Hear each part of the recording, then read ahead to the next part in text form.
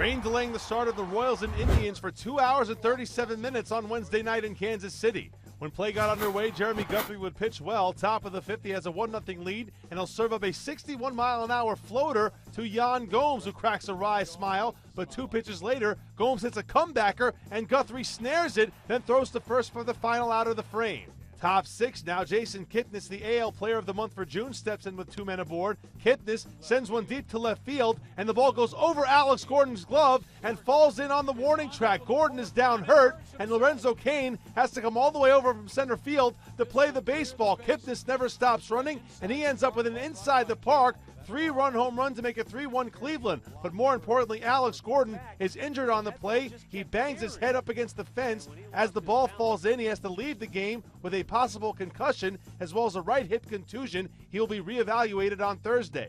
Bottom 6 now, it's a 3-2 Indians lead. 2 on for Lorenzo Cain, and he'll rip a single into right off Brian Shaw. It goes off the glove of Kipnis. In to score is Eric Hosmer, and the game is tied at 3.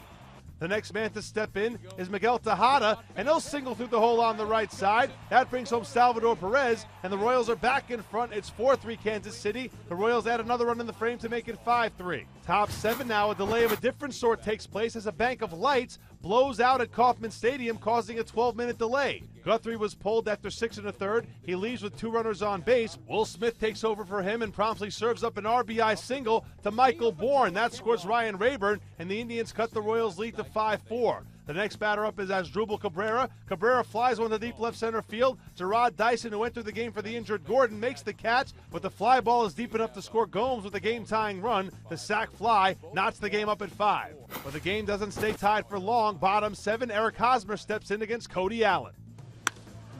There's a drive, center field, and deep. Way back, and Kansas City has the lead, 6-5. Hosmer said, you know what, I don't care what time in the morning it is. That's Hosmer's 8th home run of the year. Let's jump to the 9th inning now. Greg Holland on to close. The Indians have 1 on and 2 down, and their last hope is Michael Bourne.